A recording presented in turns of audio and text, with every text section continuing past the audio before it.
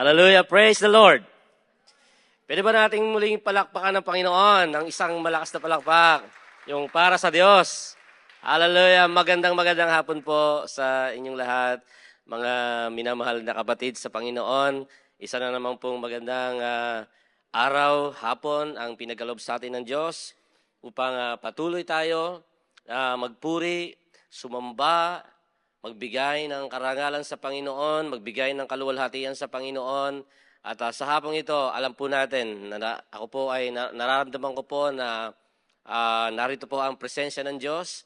Kanina pa lamang po sa ating mga awitin, mga papuring awit sa Panginoon, ako po ay naniniwala, buong puso po naniniwala na naitaas po natin ang ating papuri at pagsamba sa Panginoon. Salamat po sa ating Diyos na buhay. Amen po ba? And syempre, salamat din po sa ating Acts Ministry sa kanilang napakagandang special number, awitin na para sa Panginoon. Amen.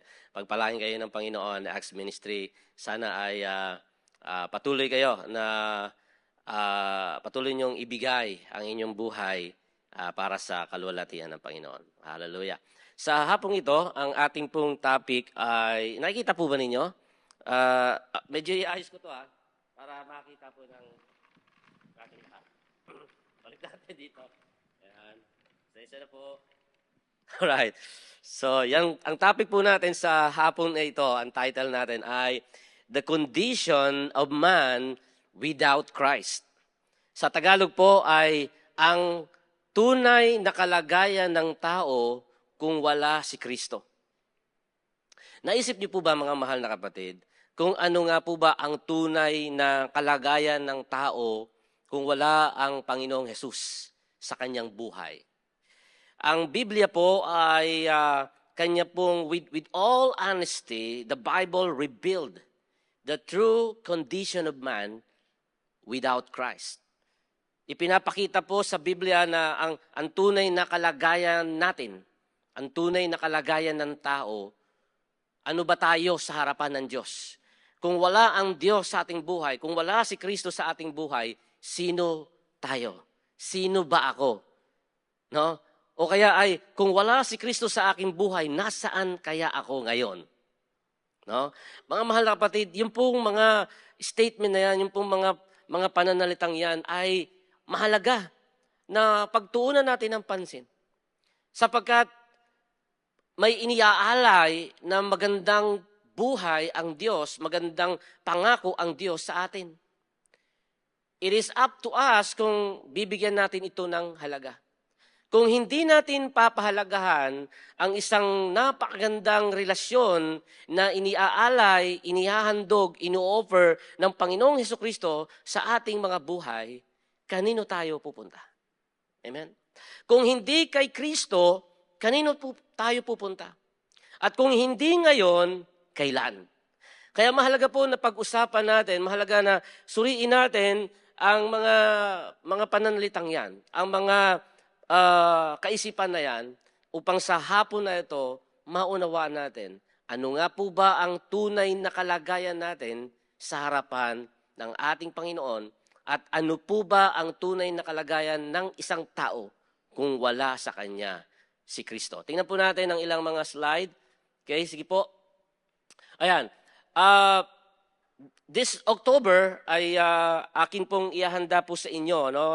By God's grace, sa biyaya ng Panginoon, ay ibabahagi po natin sa inyo yung pinaka main theme ng October, no? The condition of man without Christ. At kung mapapasin natin, mayroon pong 4 na bagay diyan. Yan po ang tunay na kalagayan ng isang tao kung wala sa kanya si Kristo. So, the condition of man without Christ, he is hopeless. By the way, yung word na man is not only talking about the man or the male, but this is generic. This is for everyone, man and woman. So, para po sa lahat ng tao yan. Hindi lamang sa male, kundi sa female din. So, the condition of man without Christ, he is hopeless. The condition of man without Christ, he is empty. The condition of man without Christ, he is lost. The condition of man without Christ, he is perishing. In other words, without Christ, we need help. Amen po ba? Kung wala si Kristo sa ating buhay, tayo po ay walang pag-asa. Kung wala si Kristo sa ating buhay, tayo po ay empty, hungkag, walang laman, walang saysay, useless, walang value. Kung wala si Kristo sa ating buhay, tayo po ay lost. Tayo po ay naliligaw. Maraming naliligaw ng landas. Maraming napapariwara dahil wala si Kristo sa kanilang buhay. Dahil hindi nila pinili si Kristo. Mas pinili nila yung mundo. So, without Christ, we are also perishing. Ibig sabihin nun, tayo ay napapahamak. Ang tao ay napapahamak. Pag wala si Kristo sa kanyang buhay, napapariwara siya, napapahamak siya. At yung word na perishing is not only about the literal and the material perishing, but also spiritual perishing. John 3:16, for God so loved the world that He gave His only Son, that whosoever believe in Him shall not perish, but will have eternal life. Kung hindi tayo mananampalataya kay Kristo, at kung hindi ngayon tayo mananampalataya kay Kristo, kailan at kanino tayo mananampalataya? At kung hindi si Kristo ang ating pananampalatayanan, ang sabi ng John 3:16, tayo daw po ay mapapahamak. Pero kung tayo po ay mananampalataya sa Kanya, ang tao may pananampalataya sa Kanya, hindi siya mapapahamak, sa halip siya po ay magkakaroon ng buhay na walang hanggan. That is the promise of God. Pangako ba yan ng tao? Hindi po. Yan po ay pangako ng Diyos na matatagpuan natin sa Kanyang buhay na salita. Mga mahal na kapatid, sa hapong ito, ating pong pagnilayan ang mahalagang mensahe na ito. Ang tunay na kalagayan ng isang tao kung wala si Kristo sa kanyang buhay. Tuloy po tayo. 3 bagay ang dapat na meron tayo bago natin ma-realize o bago natin matagpuan si Kristo sa ating buhay o matagpuan o maranasan ng kanyang biyaya. Okay? Sa paglapit natin sa Panginoon, with all humility, kinakailangan ng 3 bagay nito. Number 1, when we come to the Lord, when we approach the throne of God's grace, there must be an admission of our sinfulness. Unang-una sa lahat, kinakailangan malaman natin na tayo po pala ay makasalanan. Para maranasan natin ang kapatawaran ng Diyos, ang biyaya ng Diyos, kailangan ma-realize muna, magkaroon ka muna ng tinatawag na personal na admission, honest admission that you are sinful, that you are a sinner. Magkaiba po pala yung word na sinner and sinful. Yung sinner is a noun, sinful is an adjective. Yung sinner ay siya po yung gumagawa ng kasalanan, yung sinful po ay yung kalagayan ng isang tao dahil siya ay may kasalanan. So, yung sinner ay gumagawa ng kasalanan, yung sinful ay may kasalanan o puno ng kasalanan. Which, ganyan po ang ating tunay na kalagayan. Sinner or sinful, pareho po na yan po ang ating kalagayan sa harapan ng Panginoon. Kaya nga yung mga taong hindi nila ma-admit na sila ay makasalanan, they cannot approach the throne of God's grace. Nagkakaroon lamang po tayo ng lakas ng loob na lumapit sa biyaya ng trono ng Panginoon kapag na-realize natin, ay makasalanan pala ako. Pero kapag puno tayo ng pride, puno tayo ng pagmamalaki sa ating mga sarili, sabihin natin, I don't need God, hindi ako makasalanan.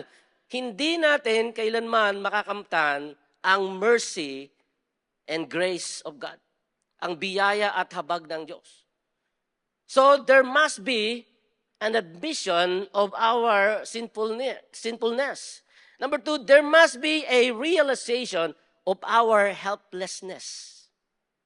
Hindi darating ang tulong sa iyo kung hindi mo marirealize na ikaw ay nangangailangan ng tulong. First and foremost, you have to realize you need help. And what is that need? What is that need of your help? Kailangan mo ng tulong sa Diyos.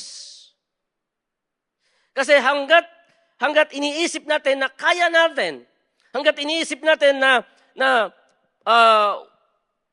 pwede tayong mag-survive, pwede tayong mabuhay kahit wala ang Diyos, hindi po darating ang tulong ng Diyos sa atin. There must be a realization of our helplessness. Ma-realize natin na nasa state po tayo na kailangan natin ng tulong ng Diyos. At pangatlo, there must be a recognition of our unrighteousness. Kailangan din ma-recognize mo na ikaw ay hindi matuwid sa harapan ng Panginoon. Romans 3:10, Romans 3:23, sabi doon, for all have sinned and fall short of the glory of God. No one is righteous, not even one. Walang matuwid, wala kahit walang nakaabot sa kaluwalhatian ng Diyos. Lahat ay nagkasala sa harapan ng Panginoon. Walang matuwid. We are all unrighteous before the Lord. At kapag hindi natin yan na-realize, pag hindi natin inamin yan, mga mahal na kapatid, the grace of God will never be demonstrated to us. So yung tatlong bagay na yan ay kinakailangan muna na mag-sink in sa ating isipan at sa ating puso. Look at the following verses. Ang sabi po dito ni Isaiah chapter 6 verse 5, sa Isaiah 6 verse 5, sabi roon, woe to me, I cried, I am ruined, for I am a man of unclean lips, and live among a people of unclean lips, and my eyes have seen the King, the Lord Almighty. Si Isaiah was a prophet in the Old Testament. At ang sabi niya, sumpain nawa ako, isa akong tao na may maruming bibig o dila. Sabi niya, no, nung tinatawag siya ng Panginoon para maging isang propeta, sabi niya, parang hindi yata ako karapat-dapat na propeta. Dahil ako ay may maruming dila.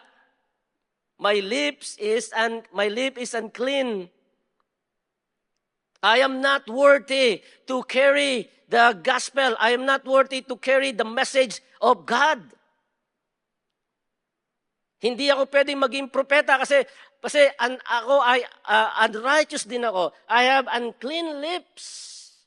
Sumpain nawa ako ng Diyos, sabi ni Isaiah. And then, sa Romans 7 verse 24, ang sabi naman ni Apostle Paul said, what a wretched man I am. Who will rescue me from this body that is subject to death? Sabi ni Pablo, sabi niya, wala akong kakwenta-kwentang tao. I am a rich man. Wala akong kwentang tao. Isa akong sinumpang nilalang. Oh, these two people, Isaiah and Apostle Paul, recognize their sinfulness before the Lord.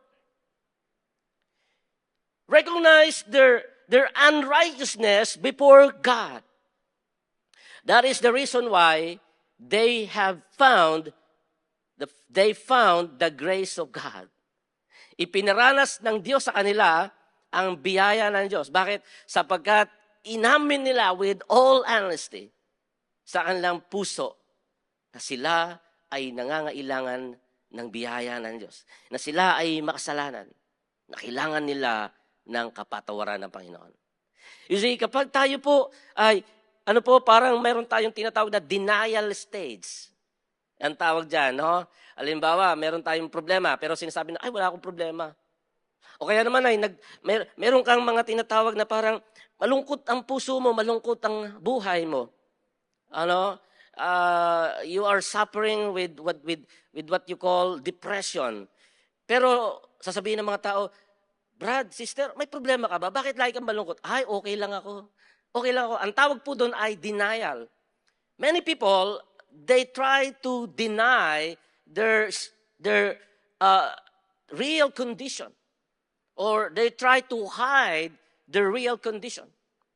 Pero maaaring pwede mong itago yan sa harapan ng tao. Pwede mong itago o isikreto, ilihim sa harapan ng tao ang tunay na kalagayan ng iyong puso. Pwede kang kahit na lugmok ka sa kalungkutan pero nakakangiti ka pa rin. That is, you can do that in front of men, in front of people. But God who sees our hearts, you cannot hide your loneliness, your sadness, your longings before the Lord. And kailangan lamang natin na magkaroon ng honest admission. Kailangan lamang natin na aminin sa Diyos, Lord, kailangan kita. Makasalanan ako. Patawarin mo ako. Kailangan ko ng iyong pagpapatawad. Kailangan ko ng iyong biyaya, ng iyong habag. I need you, Lord. And when we cry that prayer, the grace of the Lord will be upon us. Amen. Let us see another verse. A man without Christ is hopeless. This is number one. This is for this Sunday. A man without Christ is hopeless. Next Sunday is a man without Christ is empty. That will be next Sunday.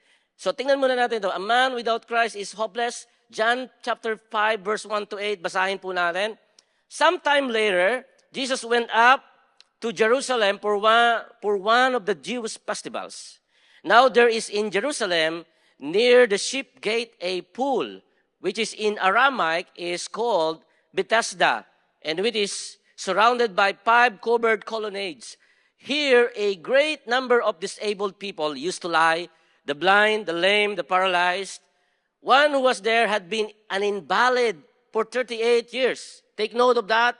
Isang lalaki daw, isang tao na nakahiga doon, invalid, sa loob ng 38 years. Grabe, tagal, no? When Jesus saw him lying there and learned that he had been in this condition for a long time, he asked him, Jesus asked this man, the invalid man, do you want to get well? Sir, the invalid replied, I have no one to help me into the pool when the water is stirred. While I am trying to get in, someone else goes down ahead of me. Then Jesus said to him, get up, pick up your mat, and walk. At once, the man was healed. Hallelujah, praise the Lord. Ang kwentong ito ay nangyari sa John 5, na kung saan ay ang ating Panginoong Jesucristo ay pumunta po doon sa Jerusalem at mayroong isang lugar doon na lugar na mayroong parang it is a public place at meron po doong isang ipunan ng tubig. Parang swimming pool. At meron silang paniniwala, mga mahal na kapatid, na merong bumababang anghel galing sa langit at pagkatapos ay kakalawkawin yung tubig doon sa swimming pool. At sa paligid ng pool na yon ay napakaraming mga tao na naghihintay, nakapila doon. Pero ang mga taong ito ay hindi po nakapila sa ayuda, hindi po sila nakapila para sa PhilHealth, or sa SSS, di po. Sila po ay nakapila sapagkat nais nilang gumaling. Sapagkat may paniniwala sila na pag bumaba yung anghel, kinalawkaw yung tubig, at ang sino mang makalusong doon sa tubig na yon, na pagkatapos itong kalawkawin ng angel, ay yung mauna, siya yung gagaling. First come, first serve. Di ba? So doon pa lang, meron na palang first come, first serve. And then, may isang lalaki doon na invalid or paralytic for about 38 long years. Grabe. Pagka nagkasakit tayo, isang linggo pa lang, di ba ang hirap na yon? Isang linggo pa lang yon. Nahihirapan na tayo. Gawin nating 1 month. Naku, ang hirap na yun. Pagka may sakit tayo ng ganong katagal, 1 month. What about 1 year? What about 2 years? What about 38 long years? He was invalid for 38 long years. And no one helped him. Wala pong tumutulong sa kanya. He was there waiting for someone else to help him. In that case, ibig sabihin, mga mahal na mga kapatid, yung condition ng lalaking ito, yung invalid person na to, he was helpless. Totally, completely, absolutely helpless for 38 long years. Yan po ang kanyang condition. And then all of a sudden, Jesus came to him. Take note of this. Sabi po nung talata, sabi doon, here, verse 3, look at verse 3. Here, a great number of disabled people used to lie. The blind, the lame, the paralyzed. Ibig sabihin, napakarami pong mga tao doon na may mga karamdaman na nakapila at gustong gumaling. Pero alam niyo po ba kung sino lamang yung parang naka-catch o nakahuli sa attention ni Jesus Christ? The invalid man for 38 years. The invalid man. He captured the attention of Jesus Christ.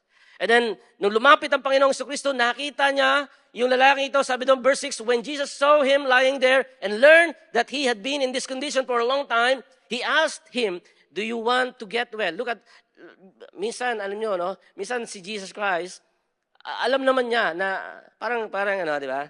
Alam niya naman na, hello Jesus, hello Lord, kaya nga nandito ako nakapila, kaya nga nandito ako naghihintay. Of course, I want to get well. Pero bakit tinanong pa rin ni Jesus yung lalaki? Ang sabi ni Jesus Christ, do you want to get well? Alam niyo kung anong dahilan?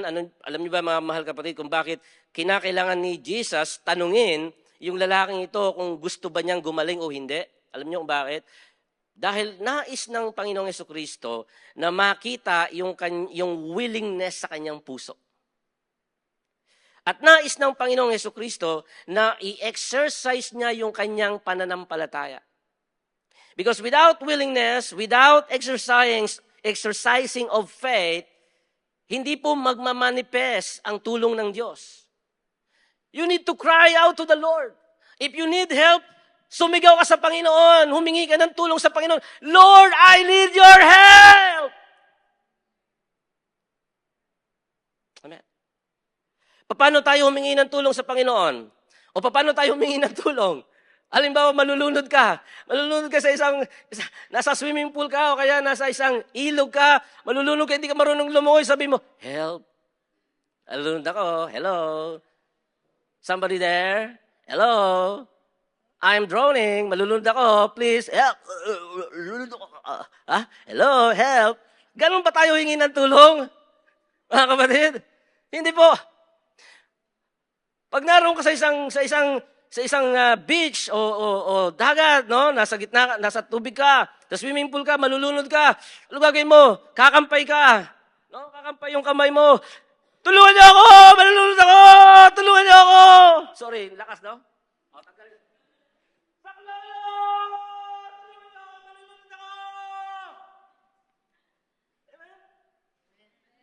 Ganyan ang pagtawag pag humihingi tayo ng tulong sa Diyos.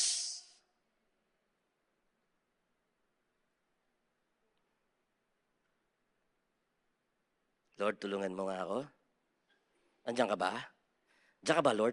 Late na ako, Lord. I need your help. Late na ako, Lord. Bakit wala ka pang tulong sa akin? Lord, tatampo na ako sa'yo, ha? No. Panginoon, tulungan mo po ako. Hallelujah, mga kapatid. Lahat po tayo ay tulad ng paralytic na to. We all need God's help. Without Christ in our lives, without Christ in our hearts, we are hopeless, we are helpless. Kailangan natin ng tulong ng Diyos. At kung hindi natin ito kayang aminin sa harapan ng Diyos, ibig sabihin naghahari sa atin ang ating pride. May pride. Ang pride ay walang lasa.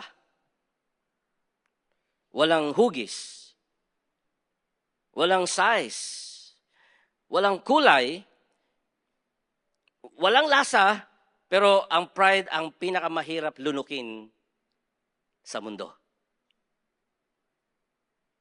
Buti kung pride chicken yun. Ibang usapan yung pride na sinasabi natin dito. At kung minsan tayo ay pinaghaharian ng pride, even in front of God. Kaya nung sabi ni Jesus Christ, do you want to get well? Gusto ng Panginoon na sirain sa Kanya yung pride niya. And then the invalid replied, I have no one to help me. You see, inamin niya sa kanyang sarili. Inamin niya sa harapan ni Jesus, I have no one to help me. Nandito po ba kayo para tulungan ako?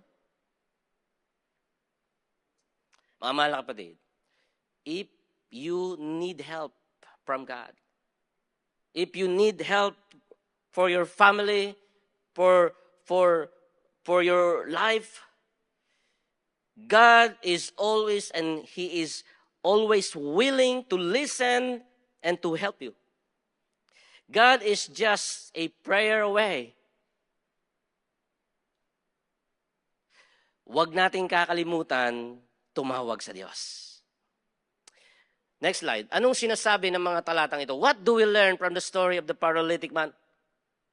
That he was helpless until he met Jesus. Sabi niya nga, no one will help me. Nobody else. I don't have anyone to help me. Sabi nung paralytic man. He was helpless until he met Jesus. Number 2, he finally found help when Jesus came to him. Notice this, that he did not go to Jesus. Jesus went to him. Amen? Nakita ng Panginoon ang kanyang abang kalagayan, ang kanyang kaawa-awang kalagayan. So Jesus went to him. Jesus came to him. Number 3, Jesus was more than willing to help him, but first, he had to show his willingness to get healed, obey Jesus' word, and exercise his faith. Sabi ng Panginoon, Yesu Cristo, do you want to get well? Sabi niya, yes sir. Ano sabi ni Jesus Christ? Take up your mat. Get up, sabi pala niya. Get up, take up your mat, and walk. Hallelujah. That is the word from the Lord. That is the word from the Master. Get up, take up your mat, and walk. And he was healed. To exercise the faith. Minsan kailangan natin ng gano'n. Kailangan natin i-exercise yung faith natin. Do you have faith? Exercise your faith every day. Kailangan ng exercise ng pananampalataya. Kailangan i-jogging ang inyong mga pananampalataya. Kailangan italon-talon ang inyong mga pananampalataya. Kailangan may pagkilos ang inyong mga pananampalataya. Don't just say, Lord, I believe in you. Kailangan makita sa ating buhay ang ating pananampalataya sa Diyos. Pangalawa pong istorya. Bibilisan na lang natin. Sa Mark chapter 5, verse 25 to 34, basahin natin, and a woman was there who had been subject to bleeding for 12 years. 12 years again. May sakit na naman ito. She had suffered great deal under the care of many doctors and had spent all she had. Yet, instead of getting better, she grew worse. When she heard about Jesus, she came up behind him in the crowd and touched his cloak, because she thought, if I just touch his clothes, I will be healed. Immediately her bleeding stopped, and she felt in her body that she was freed from her suffering. At once, Jesus realized that power had gone out from him. He turned around in the crowd and asked, who touched my clothes? You see the people crowding against you. His disciple answered, and yet you can ask, who touched me? But Jesus kept looking around to see who had done it. Then the woman, knowing what had happened to her, came and fell at his feet and trembling with fear, told him the whole truth. He said to her, daughter, your faith has healed you. Another healing miracle from the Lord Jesus Christ. Isang babae na pinahihirapan ng isang hindi maipaliwanag na karamdaman. She was bleeding for 12 long years. Hindi normal yung kanyang bleeding. Hindi normal, no? And then, ano sabi roon? She had suffered a great deal under the care of many doctors. Can you imagine that?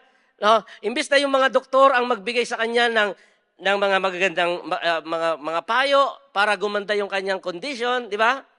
Pero ano sabi doon? She suffered a great deal under the care of many doctors. Mas lalong lumala yung kalagayan niya dahil doon sa mga doktor na gumagamot sa kanya. Ewan ko anong klaseng mga doktor yon.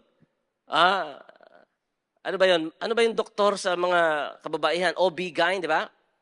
Hindi ko alam kung anong klaseng doktor yung mga tumingin sa kanya. Pero what happened to her? She suffered under great deal under the care of many doctors and spent all she had. Imagine, nagastos niya na lahat ng kanyang mga pera. And then, yet, instead of getting better, she grew worse. Ginastos niya na lahat ng kanyang mga pera para sa kanyang medical condition. No, talagang tinustos niya, binigay niya lahat ng kanyang kayamanan para malaman niya kung ano yung kanyang sakit, para lamang mabili niya yung tamang gamot. Pero sa halip na siya ay bumuti ang kanyang kalagayan, mas lalo itong lumala. And then, one time, she heard about Jesus coming. And then sabi niya, kapag mahawakan ko lamang ang dulo o laylayan ng kanyang damit, gagaling ako. And she did it.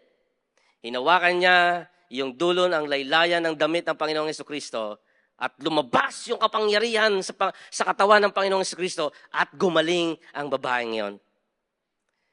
At alam natin yung nangyari, inamin ng babae kung ano yung ginawa niya. Sabi niya, ako po ang humawak sa laylayan ng iyong damit.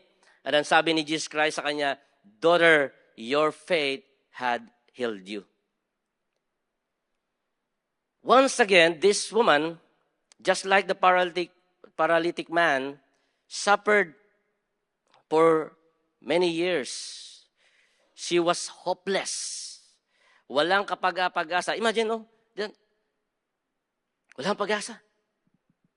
Parang hindi nagagaling yung kanyang sakit.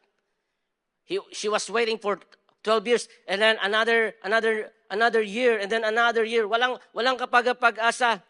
And then one day, Jesus passed by. Then, the hope arrived. May pag-asa pala. Sino dito yung iniisip wala ng pag-asa sa buhay? Sino po sa atin dito mga mahal na kapatid na akala natin ay parang lagi na lang tayong puno ng problema? Para bang wala nang magandang mangyayari kinabukasan? Para bang wala ng pag-asa sa buhay? That is lies. Those mentality are not coming from God. Those mentality are coming from the enemy, from Satan himself. Yung mentality na inisip natin, wala na akong pag-asa, hindi ko na kaya, hindi galing sa Diyos. Do not entertain all of those kind of mentality, all of those kind of lies. Ang Panginoon, ang sinasabi niya sa atin, may pag-asa, lumapit sa Diyos, magtiwala sa Diyos, manalangin sa Diyos, tumawag sa Panginoon, may pag-asa. May pag-asa. Huwag nating i-entertain yung mga negative things, mga negative feeling, mga mahal na kapatid. Always look upon the Lord. Always turn your eyes on Jesus, the author, the perfecter of our faith. Huwag tayong tumingin sa kaliwa, sa kanan, sa harapan natin, sa likuran natin. Lagi tayong tumitingin sa Panginoon. Sapagkat sa Diyos, laging may pag-asa. Sa Panginoong Jesucristo, laging buhay ang pag-asa. Praise God. What do we learn from this story? Next slide, Kuya. What do we learn from the story of the woman? Number one, she was hopeless until she met Jesus. Kagaya ba tayo nung babaeng ito? Kagaya ba tayo wala siyang pangalan no? But kagaya ba tayo nung woman na to that we are hopeless? if you are hopeless, mga kapatid, then you need Jesus. You need to meet Jesus. You need to meet the Lord. Kailangan ninyong ma-encounter si Jesus. Kailangan ninyong isuko ang inyong buhay sa Panginoon. Kailangan ninyong sumurrender sa Panginoon. You think you need help from God? You think you are hopeless? Don't give up. Don't give up. Jesus loves you. You need to meet Jesus in your heart. And then, she finally found hope when she touched Jesus. May pag-asa pa pala. I need to touch the Lord. Mga kapatid, you are hopeless, touch the Lord. Reach out to the Lord. Touch His clothes right now. Siyempre, hindi natin siya mahawakan physically, but in our faith, you can touch Jesus. In the eyes of your faith, you can touch Him. Lord, I need your embrace.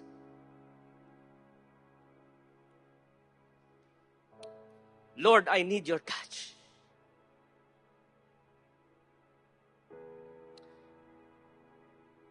Pag sa tingin natin, wala nang pag-asa sa buhay, we are wrong because there is always hope in the Lord. And then Jesus graciously healed her because of her faith. Buong biyaya, pinagaling siya ng Panginoon dahil sa kanyang pananampalataya.